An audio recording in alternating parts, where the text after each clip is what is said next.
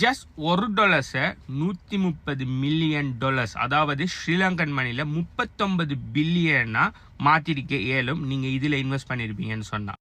S, it is true. Bitcoin கிட்டத்தட்ட 16 வருஷத்துக்கு முதல் 2009 வந்த புதுசுக்குள்ளே நீங்கள் $1 நீங்கள் பிட்காயின் வாங்கியிருப்பீங்கன்னு சொன்னால் உங்களுக்கு அப்ராக்சிமேட்டாக 1309 பிட்காயின் கிடைச்சிருக்கு. அந்த 1309 பிட்காயின் இன்றைய பெறுமதி US$ எவ்வளோன்னு பார்ப்பீங்கன்னு சொன்னால், நான் ஜஸ்ட் எவரேஜாக $100,000 போட்டிருக்கிறேன். இப்போ $100,000 விட கொஞ்சம் கூடியா போகுது. நான் எவரேஜாக $100,000 போட்டாலும் $130 மில்லியன், அதாவது நீங்கள் ஜஸ்ட் $1 நீங்கள் கனடாவில் எல்லாம் ஒரு காஃபியோட வாங்கலாம். ஆக மினிமம் டபுள் வாங்குறதுக்கே 2 சம்திங் என்ன போகுது. ஓகே, ஸோ ஒரு காஃபி வாங்குற காசும் இல்லை. அந்த டைமில் 16 வருஷத்துக்கு முதல் கிரிப்டோ, அதாவது பிட்காயின் இன்ட்ரடியூஸ் பண்ணின அந்த டைமில் நீங்கள் ஜஸ்ட் $1 பிட்காயினை வாங்கி அதை ஒரு வாலெட்டில் நீங்கள் அப்படியே வச்சு இன்றைக்கு வரைக்கும் அதை எதுவுமே செய்யாமல் சும்மா வச்சுருப்பீங்கன்னு சொன்னால் இன்றைக்கோட பெறுமதி $130 மில்லியன். அதாவது ஜஸ்ட் ஸ்ரீலங்கன் மணிக்கு 300 எவரேஜாக பெருக்கினா கூட 39 பில்லியன் பில்லியன் ஸ்ரீலங்கன் ரூபீஸ், கிட்டத்தட்ட 4000 கோடி பணம் உங்கள்கிட்ட இருந்துருக்கு. யோசிச்சு பாருங்க, நம்மள்ட்ட $1 கோடி பணம் இருந்தாலே நம்ம ஸ்ரீலங்காவை பொறுத்த வரைக்கும் ஒரு பணக்காரன், ரைட்? 4000 கோடி யோசிச்சு பாருங்க.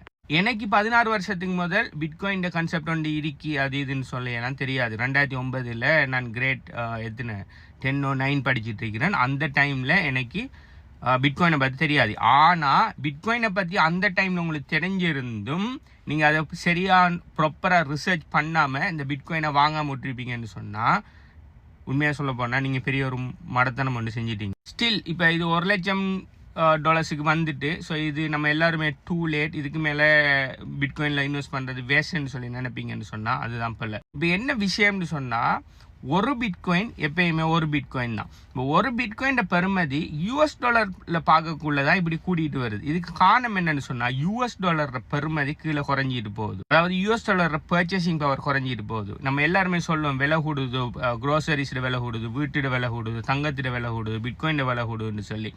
இதெல்லாம் விலை கூடுதுன்னு சொல்லி சொல்கிற அர்த்தம் என்னன்னு சொன்னால், இதை பிட்காயினோட கம்பேர் பண்ண கூட இதோட $, பெறுமதி, அதாவது பையிங் பவர், பர்ச்சேசிங் பவர் குறைஞ்சிட்டு போகுது. அவன் இதுக்குரிய காரணம் என்னன்னு சொன்னால், நம்ம $, இருக்கட்டும், ஸ்ரீலங்கன் ஹெல்த்கேர் இருக்கட்டும், கெனடியன் டாலர் இருக்கட்டும், எந்த விதமான ஒரு பேக்கப்புமே இல்லாமல் கண்டினியூஸாக அவங்க மணியை பிரிண்ட் பண்ணிட்டு இருக்காங்க. ஆல்ரெடி கோல்ட் ஸ்டாண்டர்டை வச்சு பிரிண்ட் பண்ணிட்டு இருந்தாங்க. ஆனால் இப்போ பார்த்தீங்கன்னு சொன்னால் கண்டினியூஸாக அவங்க நினைச்ச மாதிரி பிரிண்ட் பண்ணிட்டு இருக்காங்க. இப்படி அவங்க நினைச்ச மாதிரி பிரிண்ட் பண்ணிட்டு இருக்கிறதால தான் இவ்வளோ பெரிய இன்ஃப்ளேஷனுங்கிற அந்த பெரிய ஒரு பபுளில், ஒரு பிரமிட் ஸ்கீமில் போயிட்டு இருக்குது. இது கூடிய சீக்கிரம் கலாப்ஸ் ஆகும். நம்ம பாவிக்கிற இந்த பேப்பர் கரன்சி எல்லாமே வேர்த் இல்லாமல் போகும். அந்த டைமில் நம்ம டெஞ்சிபிளாக நம்ம வாங்கி வச்சுக்கிற அசெட் எல்லாம் பயங்கர பெறுமதியில் இருக்கும். அதில் ஆகையும் பெஸ்ட்டாக பெர்ஃபார்ம் போகிற அசெட் பார்த்தீங்கன்னு சொன்னால் பிட்காயின் தான். என்ன ஆனம்னு சொன்னால், கோல்டு ஃபிக்ஸ் சப்ளை இல்லை, கண்டினியூஸாக கோல்டு மைன் பண்ணிட்டு தான் இருப்பாங்க. அதே மாதிரி ரியல் எஸ்டேட்டுங்கிறது ஃபிக்ஸ் சப்ளை இல்லை, எப்பயுமே வீடுகள் உடச்சி கட்டி தான் இருப்பாங்க. ஒரு வீடு இருக்கிற இடத்த உடச்சிட்டு அவரத 10 மாடி கட்டடம் கட்டுவாங்க. ஸ்டாக்ஸ் பார்த்தீங்கன்னு சொன்னால் கண்டினியூஸாக அவங்க கம்பெனி ஸ்டாக்ஸ் இஷ்யூ பண்ணிட்டு தான் இருப்பாங்க. சில்வர் கண்டினியூஸாக மைன் பண்ணிட்டு தான் இருப்பாங்க. இப்படி நீங்கள் எந்த ஒரு அசெட்டை நீங்கள் எடுத்தாலும் அந்த அசெட்டுகளுக்கு ஃபிக்ஸ் சப்ளை இல்லை. ஆனால் பிட்காயின் மட்டும்தான் ஃபிக்ஸ் சப்ளை. பிட்காயின் பார்த்தீங்கன்னு சொன்னால் உலகத்துக்கு 21 மில்லியன் தான் வாரத்துக்கு இருக்குது. 21 மில்லியனை தாண்டி எக்ஸ்ட்ராவாக ஒரு பிட்காயின் கூட எக்ஸ்ட்ரா உருவாக்க முடியாது. அது மட்டும் இல்லாமல் பிட்காயின் பார்த்தீங்கன்னு சொன்னால் ஒரு தனி நபருடையோ, ஒரு தனி கம்பெனியுடையோ, தனி நாட்டோட கண்ட்ரோலில் இல்லை, உலகம் பூரா பறந்துருக்கிற உங்களே எண்ணெய் மாதிரி இருக்கிற சாதாரண பிட்காயின் நோட்ஸ் அண்ட் மைனஸோட கண்ட்ரோலில் இருக்கிறதால பிட்காயினில் ஒரு மாற்றம் வரணும்னு சொன்னாலும் 50% பிட்காயின் மைனஸ் அண்ட் நோட்ஸ் அதுக்கு அப்ரூவ் பண்ணணும், அதாவது ஆமோதிக்கணும். ஸோ எக்ஸ்ட்ரா பிட்காயின் கொண்டு வருவோம்னு சொல்லி பிட்காயின்ட பர்பஸ் செய்யப்படைக்கிற மாதிரி ஏதாவது ஒரு ப்ரொபோசல் கொண்டு வரக்குள்ள அதை யாருமே ஆமோதிக்க மாட்டாங்க. ஸோ அதனால் பிட்காயினை எக்ஸ்ட்ராவாக கூட்ட முடியாது. அதனால தான் 16 வருஷமாகி, இப்போ ஆல்மோஸ்ட் 17 வருஷமாகியும் இன்னும் பிட்காயினை யாராலுமே எதுவுமே செய்ய முடியாமல் இருக்கிறதுக்குரிய காரணம், இவ்வளோ காலத்து ஹெக் பண்ணப்படாமல், இவ்வளோ காலத்து டபுள் ஸ்பெண்ட் பண்ணாமல், இவ்வளோ காலத்து ஸ்டாப் பண்ண இல்லாமல் ரன் ஆகிட்டு இருக்கிற ஒரே ஒரு நெட்வொர்க்னு சொன்னால் பிட்காயின் தான். இது காரணம் என்னன்னு சொன்னால் அதோட டீசென்ட்ரலைசேஷன். ஸோ பிட்காயின் $1,00,000 போயிட்டு இதுக்கு மேலே வாங்குறது லேட்டுன்னு சொல்லி நினைப்பீங்கன்னு சொன்னால் இவனால் கண்டினியூஸாக இந்த மணியை பிரிண்ட் பண்ண பிட்காயின் $1 million போகுது. $1 million தாண்டி அதுக்கு மேலேயும் போகும். ஆனால் அந்த டைமில் நம்ம பாவிக்கிற எல்லா பேப்பர் கரன்சியும் பர்த் இல்லாமல் போகிறதால எப்படின்னு சொன்னால் பிட்காயினை நம்ம எல்லாரும் டே டு டே லைஃப்பில் நம்ம பாவிச்சுட்டு போகணும் காலத்துக்கு பிறகு. அப்படி இல்லைன்னு சொன்னால் பிட்காயினை பேஸ் பண்ணின வேறு ஏதாவது கரன்சி, அதாவது ஆல்ரெடி எப்படி கோல்டை பெக் பண்ணி இவங்க பேப்பர் கரன்சியில் பிரிண்ட் பண்ணி அது ஆக்களுக்கு கொடுத்தாங்களோ அதே மாதிரி கவர்மெண்ட்ஸ் அண்ட் ட்ரெஷரிஸ் பார்த்தீங்கன்னு சொன்னால் பிட்காயினை பெக் பண்ணி வேற ஒரு புது கரன்சி உண்டு, குளோபல் கரன்சி உண்டு உருவாக்குவாங்க. அந்த குளோபல் கரன்சியை நம்ம பாவிச்சிட்டு இருப்போம். பிட்காயினையே நம்ம சதோசிஸில் நம்ம பாவிச்சிட்டு இருப்போம். ஸோ பிட்காயினுக்கு வரதுக்கு நீங்கள் டூ லேட்டான்னு சொல்லி கேட்பீங்கன்னு சொன்னால் இல்லை, உலகத்தோட சனத்தொகையில் ஜஸ்ட் பிட்காயினை வாங்கி ஹோல்ட் பண்ணுற ஆக்கள் not even 5%, அதாவது 5 விதமான ஆக்கள்கிட்ட கூட பிட்காயின் இல்லை. இந்த வீடியோ பார்த்துட்டு உங்கள்கிட்ட பிட்காயின் இருக்காங்க இல்லையாங்கிறத நீங்களே வச்சுக்கோங்க. ஸோ உலகத்தில் 95 விதமான சனத்தொகை, 8 பில்லியன் சனத்தொகையில் 95 விதமான ஆட்களுக்கு பிட்காயின் சம்மந்தப்பட்ட எந்த விதமான அவங்க வாலெட் ஒன்று இல்லை அவங்கள்ட்ட பிட்காயினே அவங்க இவ்வளோ காலத்து வாங்கி இல்லை. அப்போ நீங்கள் ஸ்டில் ஏர்லி.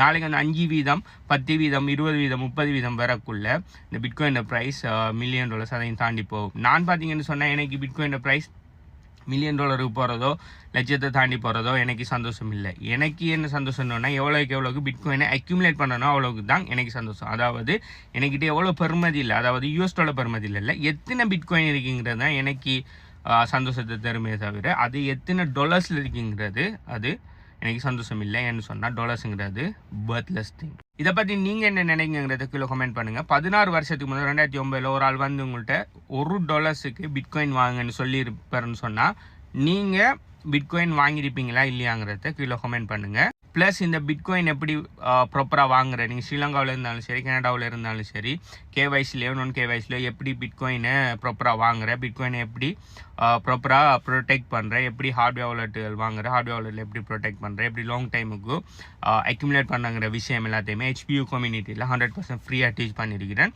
HPU கம்யூனிட்டியோட டீட்டெயில்ஸ் வேணும்னு சொன்னால் நீங்கள் இந்த வீடியோ பார்த்துட்டு டைம் வீடியோக்கு இத்தனை லைக் இருக்கிறதுக்கு இல்லை கமெண்ட் பண்ணுங்கள். சம்மந்தமாக மேலே அது டீட்டெயில்ஸ் தரேன். பாய்.